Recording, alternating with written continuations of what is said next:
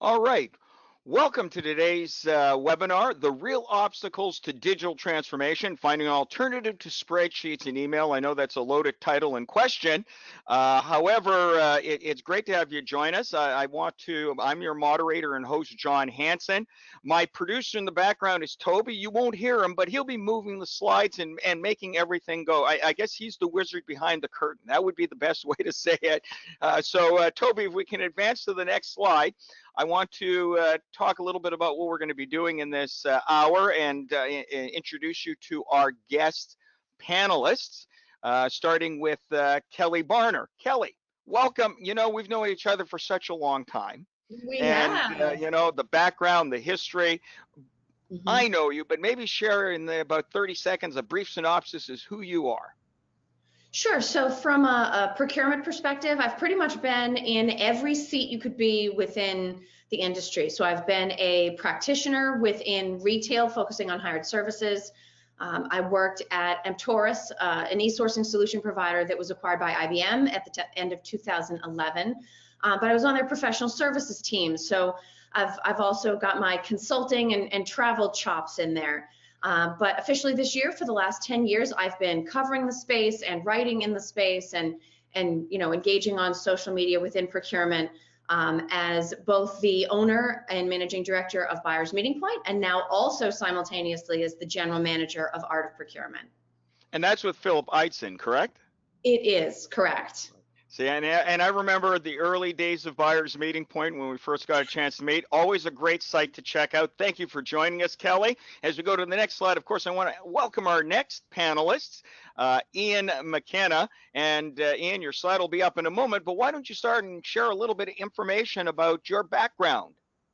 Yeah, sure. Well, I came from initially a technology business, professional services, funny enough, in Ariba. And then I moved to an agnostic e-sourcing company called E3 back in the day. And then I decided that it was a great idea to set up an executive search function because I seen a gap in the marketplace that recruitment hadn't changed in such a long time. And the kind of assessments of procurement professionals just wasn't there. And we decided to fill that gap. And it's been going well ever since, really. Great. Well, I am glad to have you. I know we've had a chance to talk a little bit, and we're going to get into some interesting elements with this discussion of spreadsheets, whether they're tactical or strategic, and what that means in this digital world. Let's go to the next slide, Toby. I don't know if it's me or Alan that's going to be coming up, but let's have a surprise there. There, it's Alan. Alan, welcome, Market Dojo. And listen, I want to preface this by saying I've known you since 2013. And I mean, the earlier days of the organization Kelly, you'll remember our coverage of them on Procurement Insights, where we said this is a company that's going to be up and coming. And this is an advertisement, obviously, but we highlighted you as one of the companies to watch in 2013. And here we are, 2019, 6 years later, and we're still watching and seeing some great things. Give us a little bit of background. Yeah, well, we're still here. We're still going. So got that one. It's really interesting. It's watching to see how the procurement profession is now very much seen as a trusted advisor to the business at a board level, and they need accessibility to data, which really fits into our webinar today. Market Dojo is a software provider. I mean, my background's in engineering, procurement. I've been a buyer for Rolls-Royce, worked consultancy for PwC. I've worked in managed auctions. I've done quite a number of things in my time, but I set up Market Dojo with two wonderful co-founders, and now we have a team of 23 people and growing. We've just had investment, and to cut a long story short, we're in line with the vision of procurement needing to be a trusted advisor and providing tools to help procurement gather that data on an everyday level for all levels of procurement, kind of a vision of a procurement CRM, if you will, which fits in very nicely with this kind of webinar and discussion of digital change, because salespeople always have tools they go to for for sales things like a CRM, and accountants have accountancy packages. But procurement people, the go-to choice seems to be emails and spreadsheets. And so, our vision, I think a vision of, not just us, but a lot of providers, is to help procurement kind of overcome these challenges. So it's a really interesting webinar for us to take part in. Well, and you know what's interesting, and the consistency throughout all this is the line between practitioner and provider is rather narrow at times. We've all had experiences on both sides of the line. I think so much so that the line doesn't exist. Let's go to the next slide, and yours truly here, just give you a little bit of background. Then we'll get into the rules of engagement for today. I've been in the high-tech industry for more than 35 years, and shortly thereafter entered the procurement realm. With funding from the Government of Canada's Scientific Research and Experimental Development Program, I built one of the first web-based algorithm-driven procurement tools and sold that during the dot-com boom for about $12 million. And then from that side, based on my practitioner and provider experience, launched Procurement Insights, which has been around since 2007. Later went on to a radio show, and on and on and on. Suffice to say that what you have with our panelists today is a good cross representation of experience and expertise with a global perspective. So Toby, let's go on to the next slide.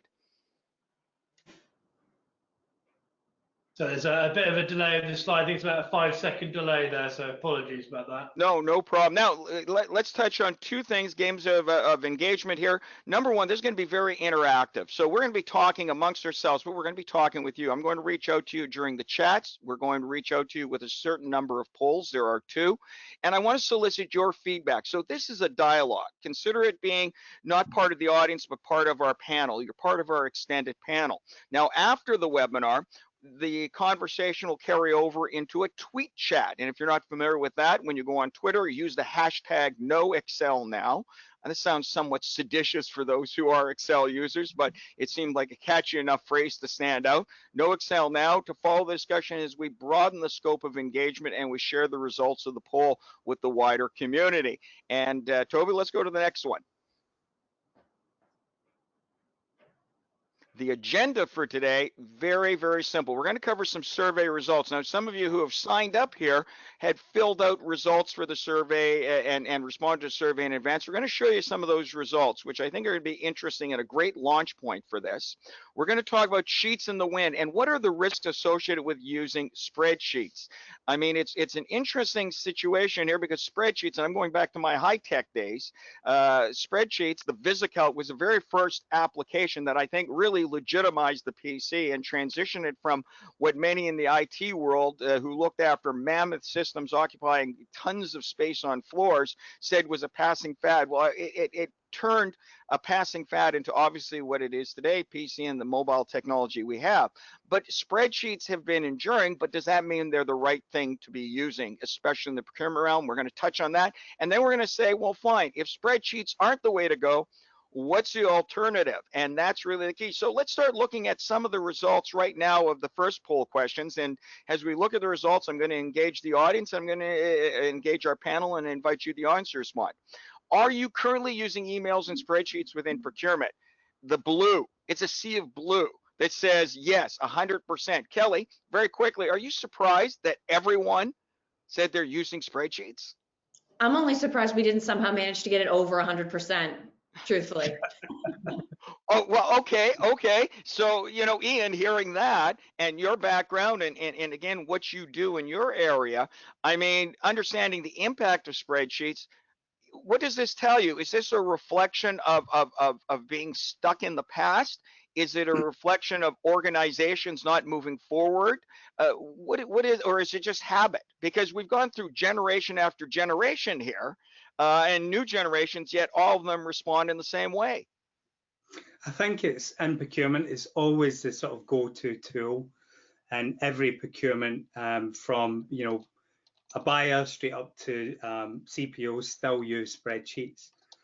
But spreadsheets themselves are all manually inputted by a human being, and there's always room for human error. And that's where I think as organizations change, we continually talk about digitalization. And that means different things to different companies. It could mean just implementing a new B2B system or complete transformation on processes, procedures, and systems. But when you look at spreadsheets themselves, you've got your main category points, but you've got miscellaneous spend. Where is that going? Is it going in a spreadsheet? Is it logged? We don't know. And there's a lot of room for human error, whereas when we talk about digitalization, it's moving on from those very Jurassic methods. Spreadsheets have been around for years. And if you take AI, there's no room for human error, i.e. it sucks all the data out and neatly categorizes it. However, as we discussed beforehand, it's how clean is the data?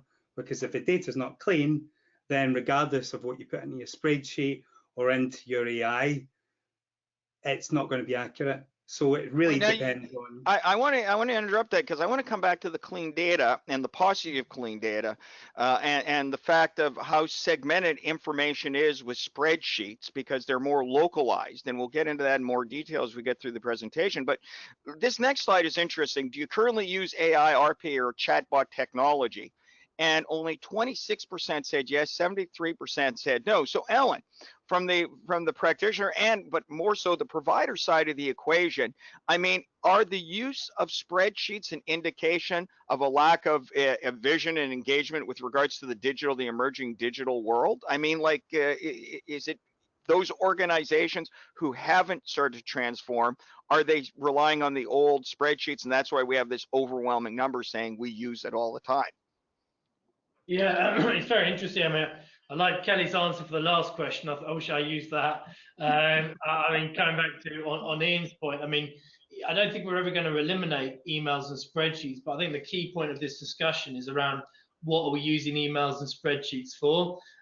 Ultimately, you know, we get a lot of people want to talk about AI and moving to the next level in procurement, but quite frankly, in every level of organization that we work with, they aren't capturing the basic information. And if all the information is kept in emails or spreadsheets or all these little data silos, you know, the technology at the moment really isn't capable enough to go through those and make sense of them. But so by continuing to silo the data away, it really makes it extremely difficult, if not impossible, to really move to AI and get useful information from that data in an automated sense. So I would certainly say that the current use of Excel in using it for very core systems is making that kind of progression pretty much impossible.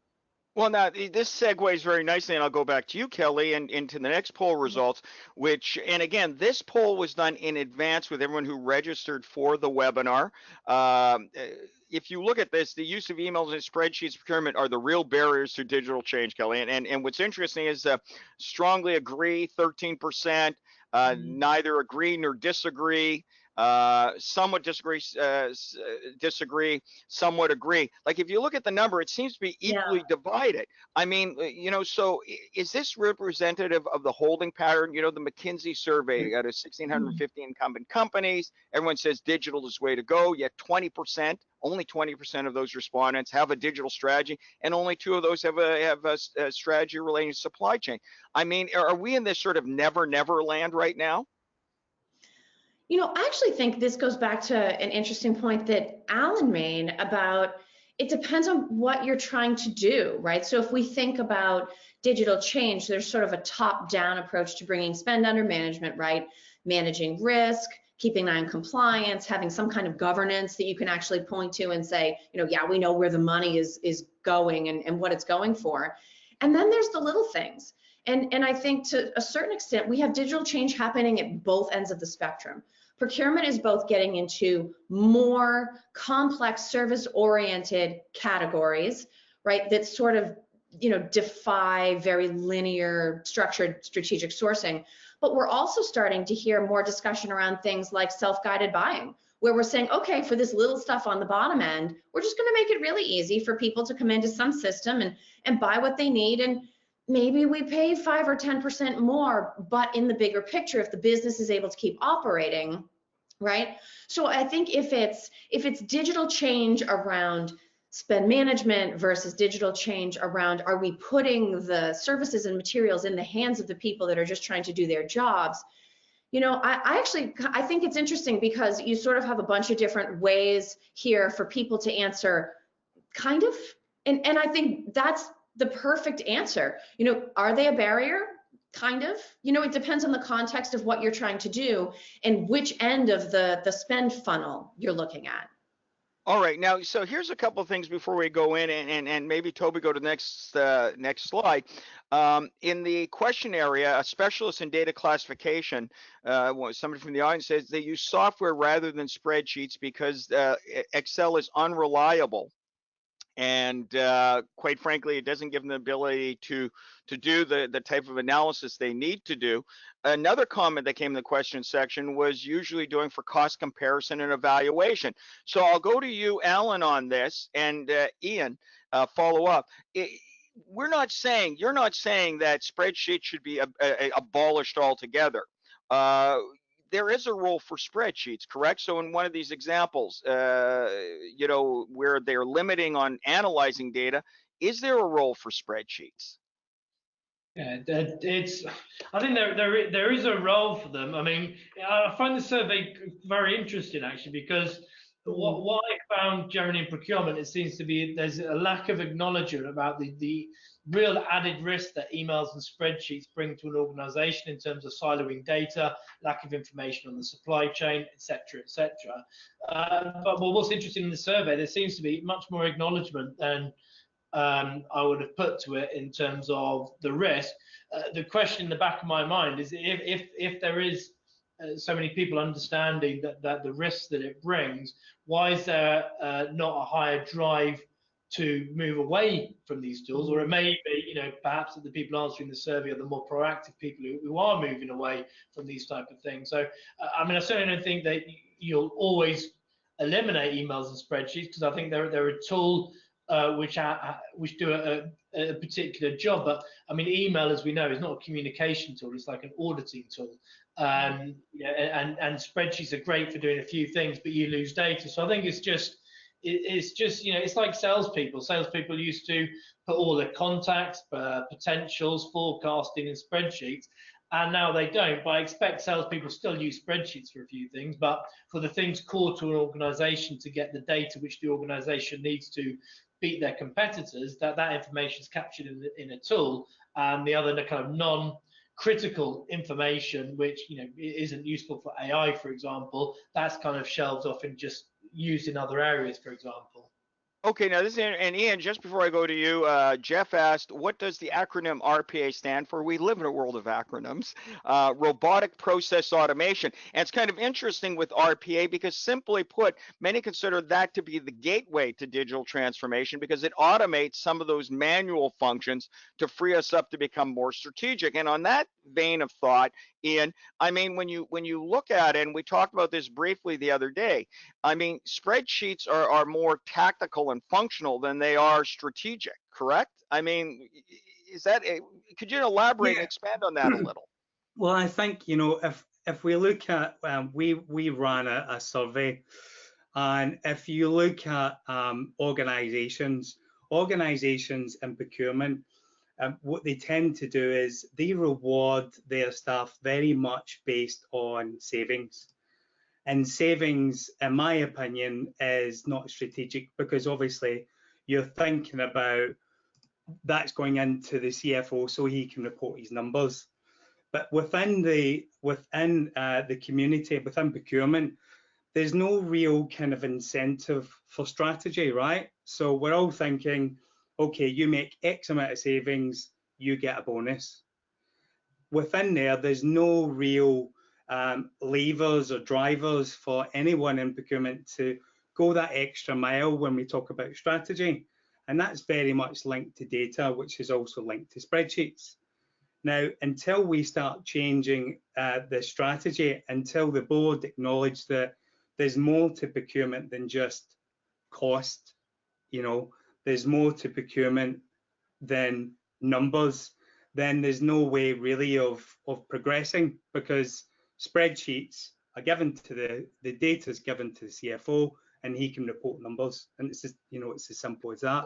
Okay, So, now this is an interesting point because I want to go into this medium risk with you, Kelly. But one of the things that you tweaked me with what you were just saying, Ian, and the incentives and the rewards, spreadsheets, if I understand correctly, motivate the wrong triggers, getting the best price, getting the lowest price, trying to keep procurement in the realm. And remember, Kelly, our mutual friend, Kate Potasic, talked about her days at Microsoft, where the incentives were, get the best price at whatever the cost, even if it was at the cost of the relationship.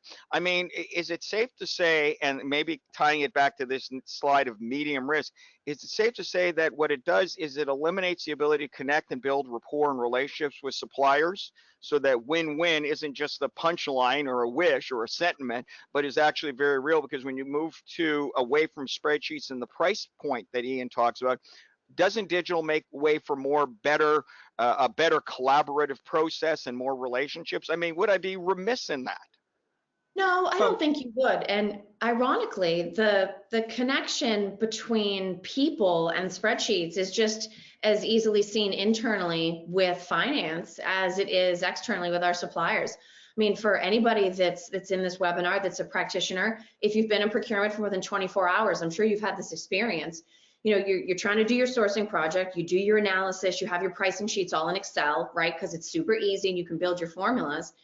And finance comes to you at the end of the day and says, okay, what are the projected savings? And then 6 months later, they come back and they say, okay, based on actual demand, what were the actual savings, right, versus projected? And you're looking at this spreadsheet that, because it's divided from any actual procurement system, is no longer a valid version of reality. And you're kind of going like, these things used to sort of connect in the beginning, but now, like, I don't even really know what to tell you.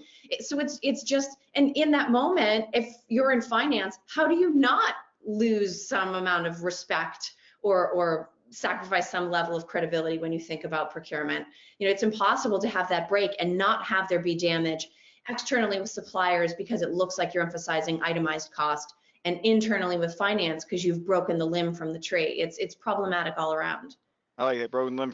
By the way, this next slide, I'll touch on this one for a minute because I want to keep the pace going, because I know we could all talk about this all day because I'm excited about this. I'm sure you are as well. But I will remind everyone who gets an on-demand version, the PowerPoint will be made available, but things like compliance, inefficient practices, all of these other elements are the risks to which we're referring to. And I think it ties back to what we're all saying about the inefficiencies of not only the utilization of spreadsheets and emails, but also perhaps their foundation in misdirected incentives, performance incentives. Toby, let's go on to the next slide if we could. Now let's look at 3 spreadsheets to win, because I want to tie this back in, because one of the things with our panelists that's interesting, and we'll go to this poll right away, and Toby will activate it. Go ahead, move to the poll. Is, will procurement professionals ever stop using procurement? Take a few minutes, a minute or two to vote, and we'll see the results. But this is an interesting point, and I want to go back to Ellen and then Ian again. Is that obviously we have opinions and experience that we're bringing to the foreground, but based upon the slides that are upcoming, the problems and the shortfalls with spreadsheets and email are well documented, and is not just confined, as we'll find out, to the procurement world, but finance. There's talk about $6 billion or some enormous number being lost or misplaced because of the over reliance on spreadsheets. So why is it, Alan? Honestly, why do you think, and I'm going to go back and repeatedly ask this, why do you think we keep reverting back to these spreadsheets, given not only our consensus here as a panel, but what the marketplace is saying? Why do you think we continue to go back to that well? That's a really tough question there, John. I mean, I've spoken to some CPOs about this, and to be quite blunt, it seems that the answer is that the risk posed by using spreadsheets hasn't quite got to the fore where that becomes a more primary concern. But I mean, I think in a time of change now, where procurement is trying to be the trusted advisor to the business, where where procurement can no longer throw money away from using suppliers who don't agree with your compliance, for example, or you have breaches in data security, and all these risks can be somewhat mitigated through better information in the supply chain. I think that that level of risk about ignoring these risks, should we say, is now creeping up. So I think in the past it's just because unfortunately it hasn't got to the priority of the CPO's agenda to tackle the additional risks that these create. But in the worldwide society we live in, where companies are trying to get competitive edges over their competition, you can only ignore these risks for so long, basically. Right. Well, now, and this is the thing, Ian, and what's kind of funny is that if we look at the results, what's the alternative? Do you think it will ever stop? There, it's kind of interesting, isn't it? If we look at this screenshot here, is that yes, they'll stop using it a very small amount. No is 65%. What's the alternative 30%? I mean, Ian, does that surprise you with the results based upon what we've talked about? Because one of the things in the question section is that what are the alternatives? Excel's ability to analyze mass amounts of data, yet some of the comments I'm getting back here is that, well, it really doesn't have that ability to analyze the data. It really doesn't have the capability to deliver enterprise-wide intelligence that can be accessible by everyone. So, Ian, looking at this, I mean, are you surprised by this? Why no? Well, I think really it's a professional tool that procurement has been using Excel for years and years. I think from my perspective, it really all depends on how it's controlled. So if you've got a cluster of different countries and you're trying to get access to regional data, it's how do you break that down if each cluster is using different formats and different formulas to regulate that data. So it's really about how do you put control in there to make that data useful. And you'll notice from various CPOs I've spoken to that those different regions are categorizing their spend differently, and it's very difficult to provide true reporting when you don't have ultimate control, basically. Okay, so okay, Kelly, hearing what Ian had to say, and Alan, I noticed you had a smile on your face. This is why I like video there, because I know you probably have something to add to this. But Kelly, looking at the results, and I mean what we're just talking about, are we missing the point here? Is this a major disconnect between the panel and the audience? Is it just a question of, well, what's the alternative, which we'll get to shortly? I mean, I'm so sorry, Kelly. No, please. Okay. I was going to say to the audience who participated, thank you for being honest, right? I mean, that was the only truthful result that we were going to get here. And I think the fact of the matter is, it's not, ironically, much like the compliance challenges that procurement has. Using Excel is another form of non-compliance, but 99.9% of the time, it's not because anybody has any malicious intent. It's simply like the dynamics of water. Water follows the path of least resistance. It's going to follow the easiest path, right? And whether that's how it spills on your kitchen counter or how it flows over millions of years, and next thing you have the Grand Canyon, right? There's a lot of change that can be affected with minimal force. It feels like in little tiny bits by bits. We use Excel because it's quick, it's easy, it's flexible. But I think the biggest thing of all is that it's a truthful indicator that we're not really ready for some of these more complex things like AI, machine learning, RPA, because if you can't get all of the data, I mean all of it, into a box, then none of those programs are going to spit out anything accurate or actionable. And so, okay. We're just not there. Okay, I'm going to throw a curveball at you, Alan. I know you're ready for this. In the days of the ERP era, one of the things that they talked about was strategies, vendor rationalization. All the panelists remember these days. Vendor rationalization, compressing the number of vendors with who you deal, because a lot of those strategies were based not upon any practical approach, and maverick spend, but were a byproduct of technological inability to bring on suppliers on an onboarding basis, to limit the number of suppliers so you could make them more manageable. And the misconception that fewer number of suppliers means you could leverage better pricing and be able to lower the cost of that. Vendor rationalization and maverick spending wasn't the result, as Kelly, you pointed out, somebody willfully coming into work saying, I'm not going to follow the contract or buy off contract, but because they ultimately could buy better pricing because the systems that they use could not engage the broadest number of suppliers to give the information that was needed to make the best buying decisions. You see where I'm going, Alan? I think so.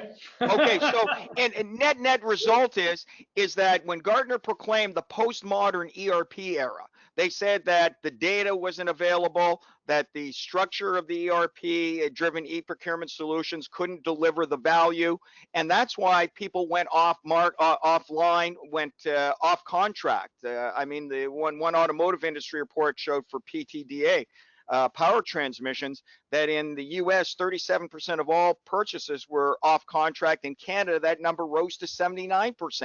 And it wasn't because they were trying to do a bad job or be obstinate and not follow it. It's just that the technology couldn't do it. Did that lay the ground of mistrust in technology? I guess that's the end result. You know, you look at what happened in the past when we tried to automate e-procurement with ERP-driven solutions, it didn't work. Is this a residue and overhang of the fact is I'm going to hang on to the side of the pool, which is spreadsheets, because at least I know I'm in control of that because technology in the past hasn't delivered. That's really interesting. I mean, there's one of the points in the audience here, there's loads of questions, but one of them has said about the alternatives out there, that Excel's ability to analyze mass amounts of data at an affordable price is excellent. However, it should complement other tools and not be the only one. And I think, following on to what you said, John, there, that the inability for people to get an ROI from the ERP and legacy systems implementations of the day has meant that people have had to move to spreadsheet to get the job done, where now, you know, best of breed systems hopefully can resolve the issues about doing the job at hand and getting an ROI. So I think, interesting, I think you're absolutely right that inability for those systems to do the job has driven people to other tools to get the job done. And, you know, coming back to Kelly's point on the kind of like water and path and path of least resistance, to get people to change now is very difficult because Excel's become very ingrained within what people do. And, you know, is it a carrot, is it a stick to get people to change? I think we'd love to say that the carrot's there, but maybe if people just are forced to change over, then it kind of happens. This whole question about change management, I forget what it used to be like. I remember that CRM systems are mandated with the organizations, but the word mandate is not used. I think also Ian's point around, you know, trying to manage procurement in different regions and try and do that properly. Spreadsheets just fall down in this respect. So I don't think they're ever going to be eliminated, but if procurement are going to move forward in change, in getting the data that they need, in managing a growing worldwide organization, they need to move to more dedicated tools where they get the data to be able to draw the conclusions, and then to look at things like all AI and all that kind of stuff. Okay, I don't want to spend any more time but I want to point this out as I go to Ian on this, because this is going to segue into the next segment. Irrefutable, and this information is available, Absalon Data Science from March 2018, so it's relatively new. Point out the tons of problems. In fact, one of the audience members in the questions section talked about the fact is that spreadsheets can't handle the volume of data that's now available and at our disposal. It certainly can't be part of the cleansing process. And they cite JPMC losing more than $6 billion in disparate spreadsheets and the distribution of misinformation, as well as other problems. Ian, how do you work with a group, and given your background and your organization's focus, how do you work with people to get them away from the side of the pool then, given what's going on, and recognizing that there are bona fide problems, and even the poll results leading into this section indicate that there are risks. 50% feel there's a risk. How do you start that transition? How do you start moving people away to say, okay, you know what, maybe we have to move away from spreadsheets to open up at least the willingness to look at digital transformation? I mean, how do you do that? How do you change that mindset? Well, at the end of the day, it's not technology that innovates, it's people do. So it's really about changing the hearts and minds of people in the organization. And that's really hard because people are used to routine and they like routine. We all like routine. And it's hard to get people to change. And I think, that leads me on to, inspirational CPOs have got great emotional intelligence and they can try and understand what is the overall business trying to achieve? What are my stakeholders trying to achieve? And what can I put in place that will enable everyone to have better control and better visualization on their spend? And that could be indirect or indirect. So it's really about the people and helping them change along the way. And I've seen so many organizations, I won't name companies, who have spent millions of dollars implementing a new P2P system, but people don't use it. And the reason they don't use it is they feel like they're having to change and nobody's really been guided or trained or helped to kind of really adopt a new system. So 9 times out of 10, the reason new systems fail, it's not because the system is good or bad. It's really about the people haven't changed their processes and their thought processes to enable them to really embrace technology. And that's really what it's about. It's about the people to embrace technology, to then implement technology, if that makes sense. Okay, that actually makes perfect sense. I'm going to make an executive decision because we want to fit this into an hour. We'll bypass the next poll because I want to get to addressing what Ian said and touch on Alan. But Kelly, practitioner, provider, is it that they just haven't been? Is it a matter of openness and being guided through change, or is it just a matter of saying, "Is I'm just not going to change at all"? Or is it up to us? And Alan, this will come to you next. Is it up to the providers to create that compelling case, that track that builds the trust, the know, like, and trust? In other words, you have to transform your people before you can digitally transform your organization. I mean, is that a reasonable question? I think we need people in procurement thinking higher level, right? So I think back to the pie chart you had with the pre-collected data about how much risk is created, right? So risk is always, benefit versus potential downside. If you're only thinking about the data you're analyzing today, if you're only thinking about the sourcing project you're working this month, then you have a very different perspective than if you're thinking, okay, regardless of how much a contract is worth, how much risk is there if we have a regulatory non-compliance issue or spend that goes to a supplier that ends up on a terror watch list? Or, right, in some of those cases, if the person doing what seems like small analysis is not remembering the big picture, that this isn't like, oh, we tried to buy something and we got a dud, so we're going to replace this $10 component, right? Sometimes it's not that simple. What if that $10 component is in a space shuttle, right? So I think procurement, to your point about changing the people first, it's not about the ease of doing the task that's on your desk today. It's not about the benefit so much as it is helping people understand the much larger context that they're working in and just how big that risk potentially is if they take an easy out and do something in Excel versus doing what they're presumably supposed to do in using some kind of centrally managed enterprise solution. Okay, going to you, Alan. I mean, again, from the provider standpoint, obviously the technologies, there's a higher degree of certainty. We've gone from the realms of years and millions of dollars to implementing a solution to months and weeks and on demand, at least from the starting point. And the reliability of technology is there. Obviously, I'm referring back to my 35 years in high tech. How much of what you do is the people education that Kelly and Ian have talked about? I mean, you've been successful at implementing solutions. Has it started with, first and foremost, not saying here's the features, functions, and benefits, but converting the people's or transitioning the people's way of thinking so that they can, again, be open to what the technology can do? I mean, are you as much a people counselor as you are a technology counselor? Yeah, I mean, there's a couple of points around that. I mean, a lot of people ask us what is our ideal customer, for example, of which I'm sure I can give you a very nice answer around that. But in truth, our ideal customer is just someone who proactively wants to make a change. They tend to be our best customers, and we see that in companies. So we provide tools to help people manage tenders, supplier onboarding, negotiating with auctions, for example, and we see our customers can be 2 million in turnover, could be many billions in turnover, and tends to be driven by the person who proactively wants to make the change and drive things forward, and that above all else in all respects.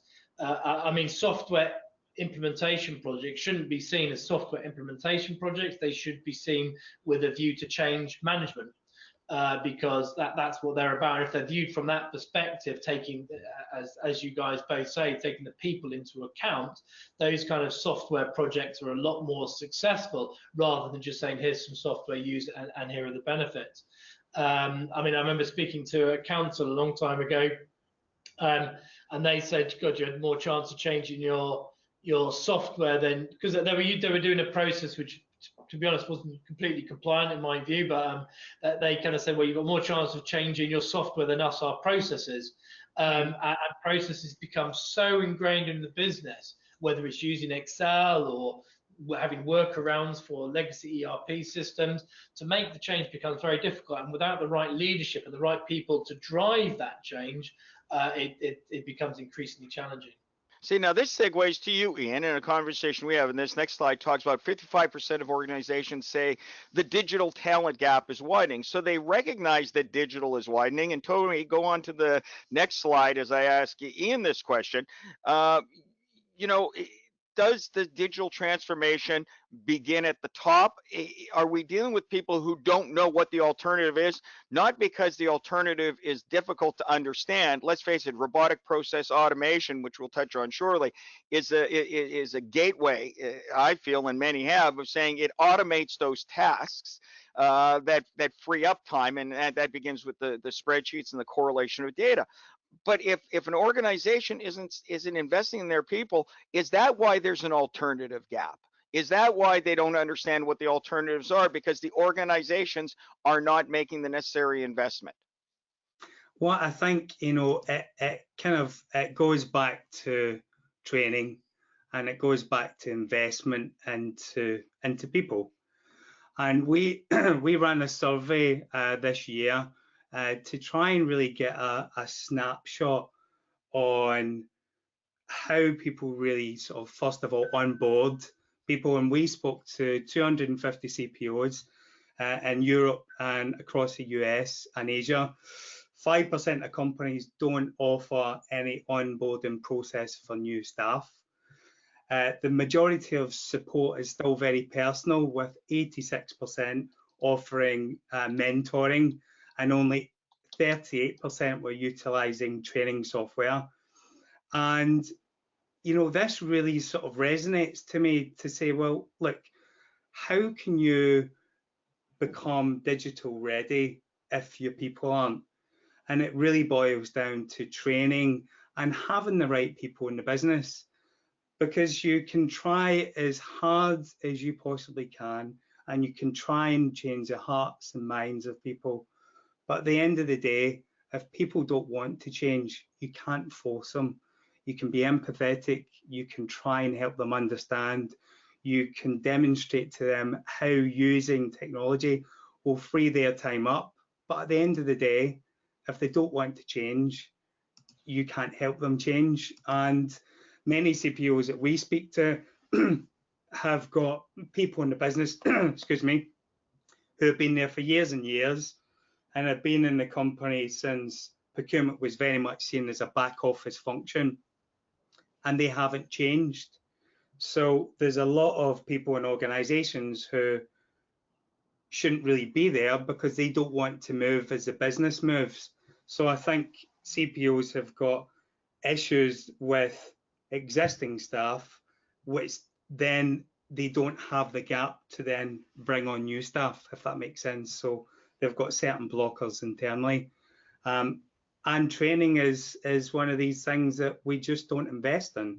And procurement, as you read by Deloitte, McKinsey, various other reports, there's a real lack of investment into training, and you can't become digital ready if your people don't know how to.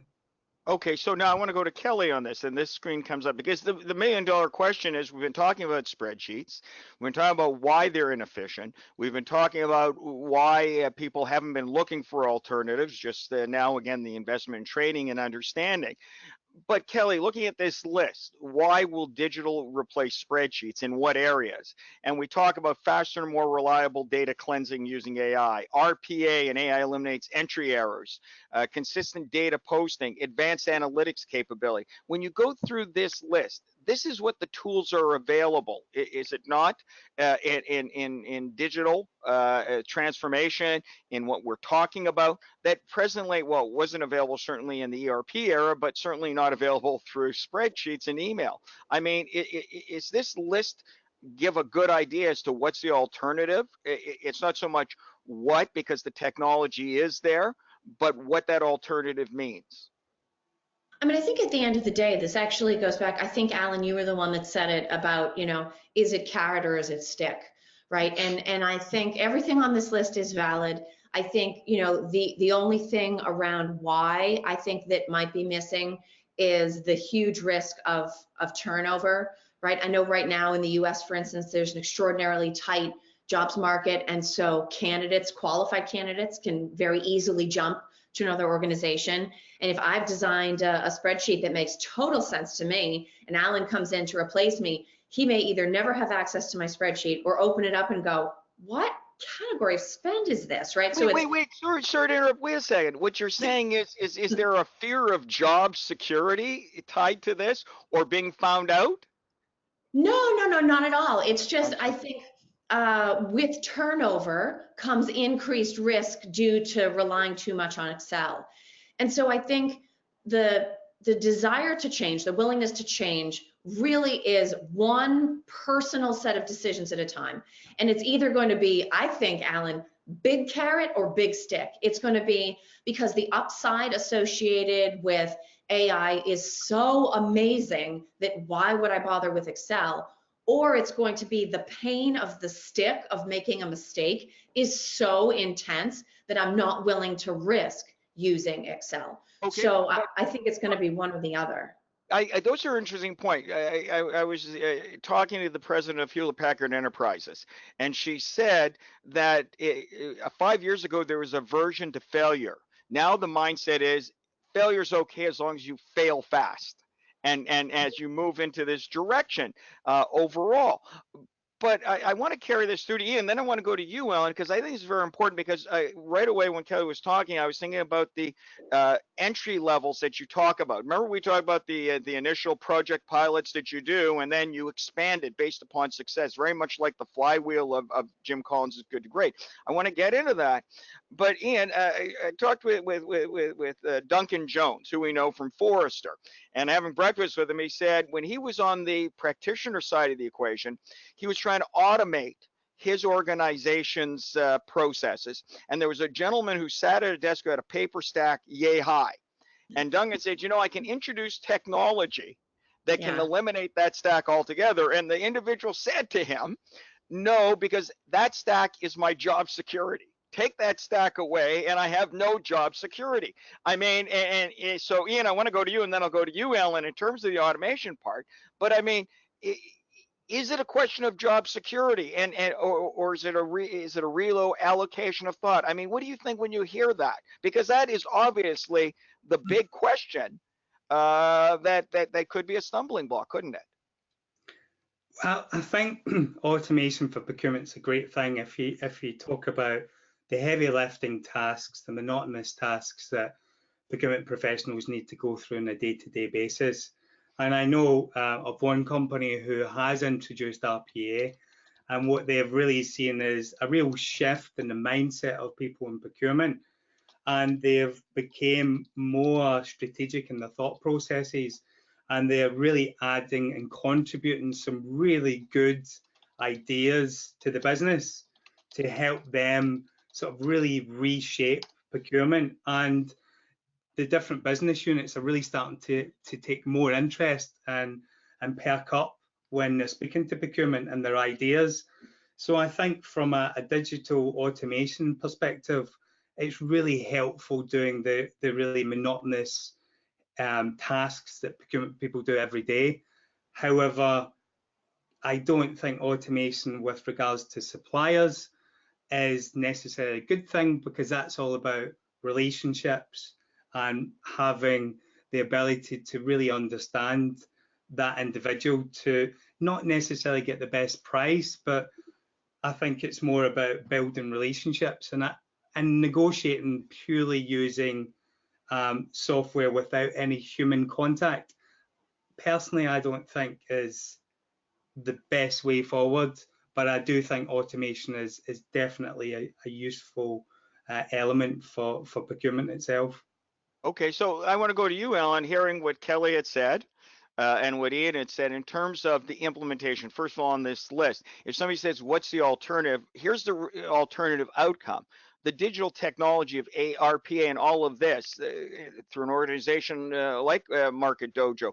I mean, you can deliver this on a starting point. I mean, what would you add to this list, or what would you say in terms of the traction and the success that you've seen? Start small, move into this direction, and then expand it. Like give us some of your experience on this. Yeah, I mean, traditionally, you know, going back to one of our previous webinars, but beyond the bolt, in terms of, you know, people want to get an ROI, and so generally we provide on-demand tools. People can get an ROI really quickly, and that works really well.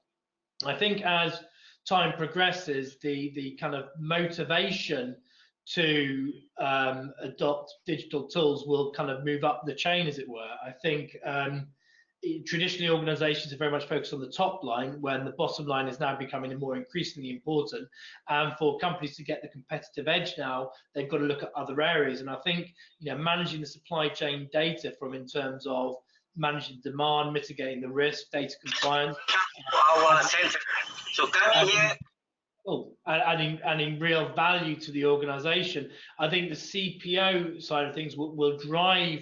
So it says why and how will digital replace spreadsheets? I think that the driver from the top will increase, because people need to get that competitive edge. It's kind of like, can you afford not to look at this? Can you not afford not to get the data and use it in a more proactive way? And I think the reason for that replacing of the spreadsheets, or not necessarily replacing, but the getting the right information, the right tools will be driven from the top.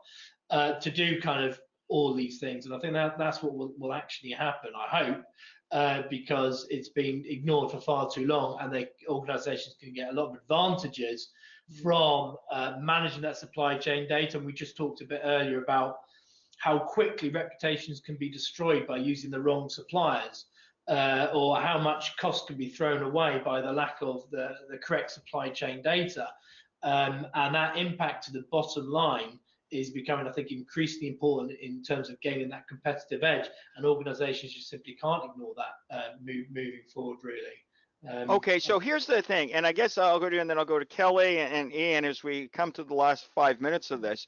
Is it safe to say that when we look at this, the why and the how is that the technology that you provide, that service providers provide, but you provide, it eliminates the mundane and repetitive tasks, and it frees up procurement professionals to focus on more strategic tasks? I mean, is that, and the starting point, RPA, robotic process automation, things that are designed not to transfer in a big bang way, but a more strategic, incremental approach. Is that the way to go about doing it? And again, you know, somebody asked, what's RPA, robotic process automation, and all that technology? I mean, is that the way to start? Is that the alternative, where it's not a switch of one day we're doing this and the next day we're doing this, but a gradual transition? Alan? I mean, it's a difficult, gradual transitions is kind of what's been happening with ERP systems for the last 20 years. And again, and then it's still a gradual transition at the moment, if I'm going to be honest. I think 10 years ago when we started Market Dojo, we probably were in that camp. Let's do a gradual transition. Let's focus on the efficiencies, make some improvements, and roll out. And in all fairness, that's worked really well for us to get in small and grow from there. Is how, you know, 2/3 of our business is one.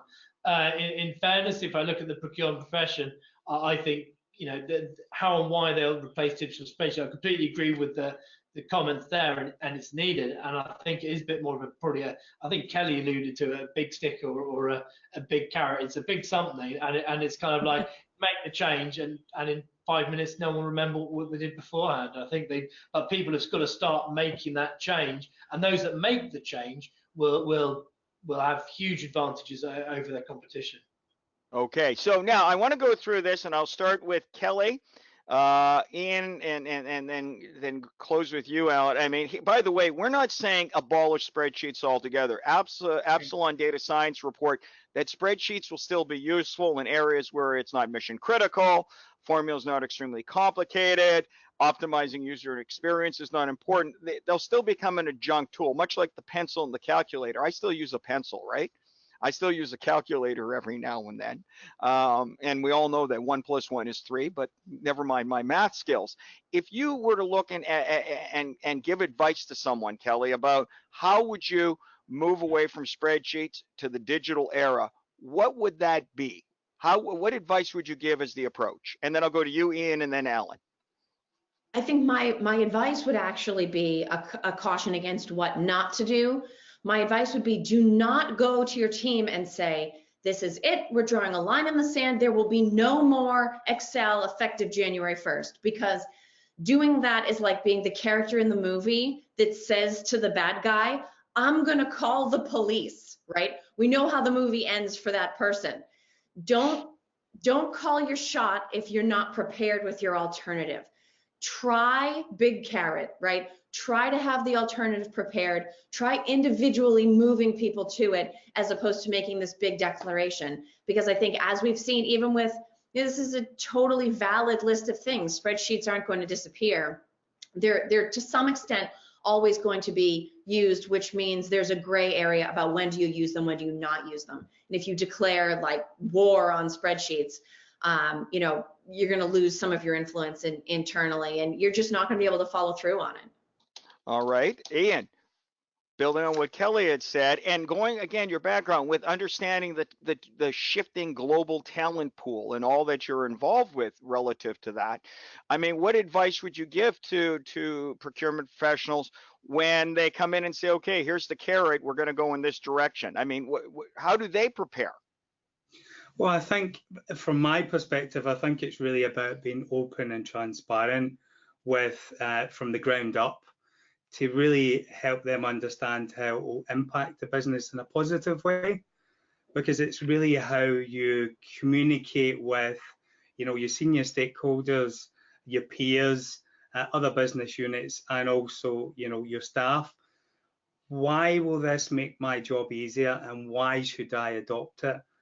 And it's only then will people want to change, because if I can offer someone technology that will make my job easier and free up my time to do things that I really love to do, why would I not adopt it?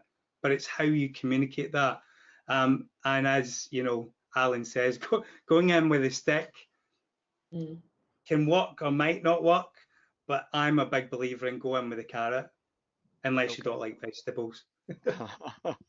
Alan, I'm going to give the final word to you, but one thing I just want to frame your discussion on, there's a case study I referenced about the Swiss watchmaker, and what does that have to do with technology?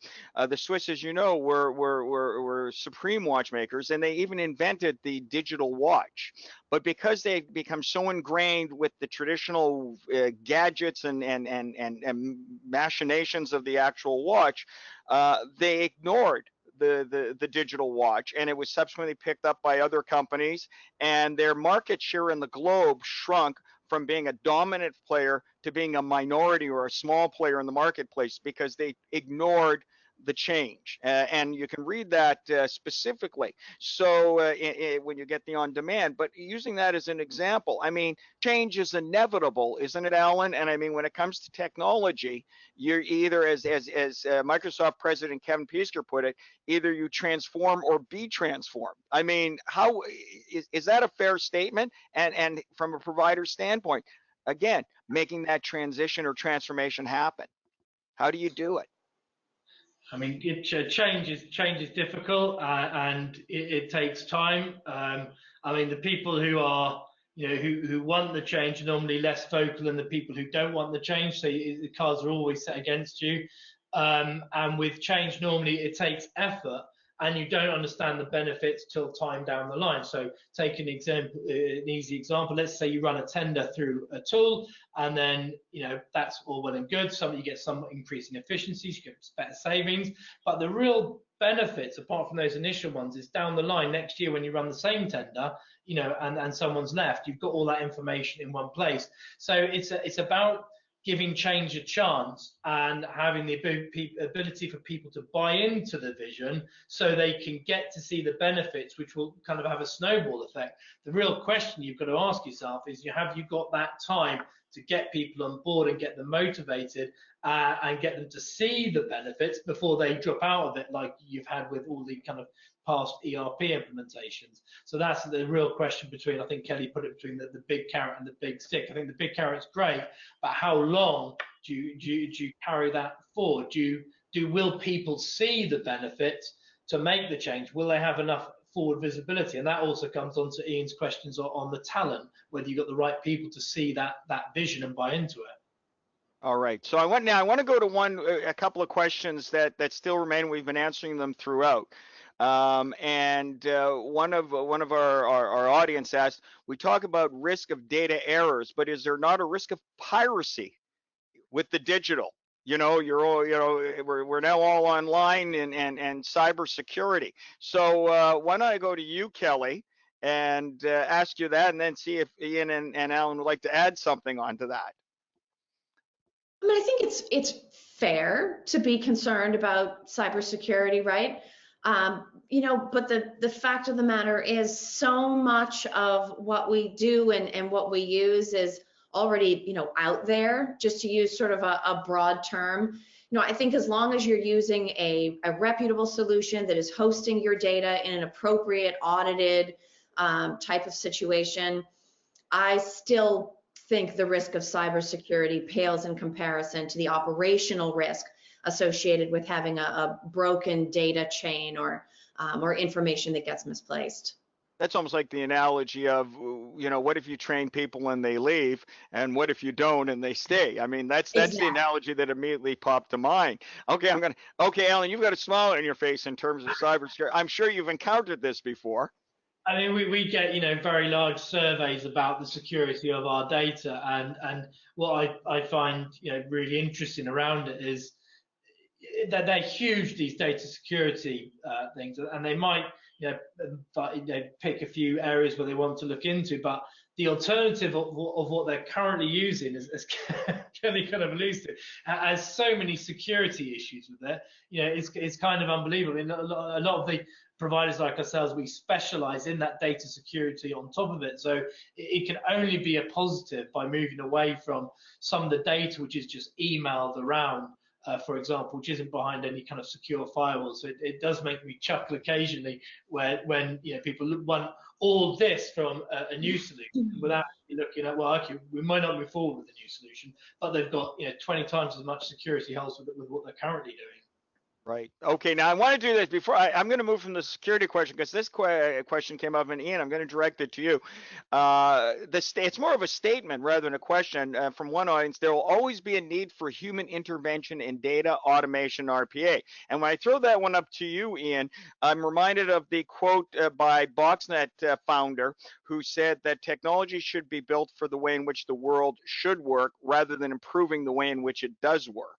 And that by becoming strategic and moving to digital, you are freeing people up to become more strategic. You're freeing them up to develop greater skills and greater capabilities. I mean, is that part of the equation here when you look at it? Is, yes, it's not replacing human, it's demanding and requiring that procurement professionals expand their scope and talent and understanding from perhaps the narrowly defined scope of what was in the past, just getting the best price. Well, I think it's about moving away from tactical to strategic, and technology is an enabler to help us do that, because when we've got better visibility on what we're actually doing, you'll have to excuse me, I have got an office puppy and he's kicking off right now in the background. So if there's any background noise, I'm sorry. I think it's enabler and it helps us, but I don't think we should completely rely on technology to be able to do the job of a human, i.e. when we're sort of blue sky thinking, or we're thinking about innovation, how do we move forward? Technology, in my opinion, provides us with the right tools, but it's the people who drive it. All right. Now I want to go here, and listen, we're running overtime, but there's questions, so we want to get to these. Another audience member, and Kelly, I'm going to go to you. People don't change as organizations don't see the value in investing in upgrading and cleansing data. So one of the things I was asked, and it was a bit contentious, the individual said, I've heard all this information, it's great, and I believe in it, but when I go back to the office on Monday, it's still the same old place where they're not interested in anything other than did you get the best price? And my response was, if you go to an office like that, or if that's your company's point of view, it's time to search for a new company with whom to work. You know, I mean, that may seem a bit contentious, but are we at that stage now? Are we at that stage where, you know, if your organization doesn't see the value in investing in upgrading and cleansing data, or investing, as that statistic showed, in your ability to evolve and mature, those organizations are in trouble, aren't they? And maybe there should be some movement. They are in trouble. And unless there's some potential to bring in, you know, a new CEO that's going to really revolutionize things and is going to start to prioritize transformation from the top, right? That opens a door. If there's somebody in the organization that's been feeling that tension, that provides an opportunity for them to stand up and say, yes, I've been pushing for this for a long time, and you're going to have some executive backing.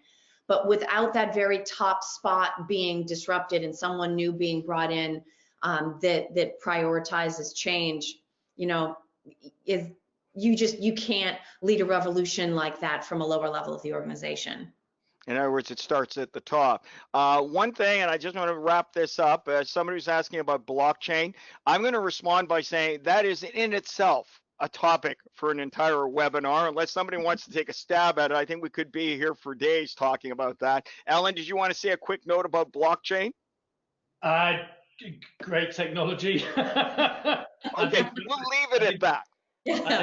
I think there's so much to say about that. But, okay, yeah. We'll save that for another day. But I guess the best way to sum it up is that we're not talking about the fact that spreadsheets should be done away with altogether, but their role and capabilities should be understood and not relied upon as heavily as they are. However, as an alternative spreadsheet, organizations must be progressively thinking about the technologies and training and education of their procurement team so that they can meet and leverage these on an effective basis, which provides immediate return but lays down the foundation for growth and future success. I mean, is that a safe way to sum it up?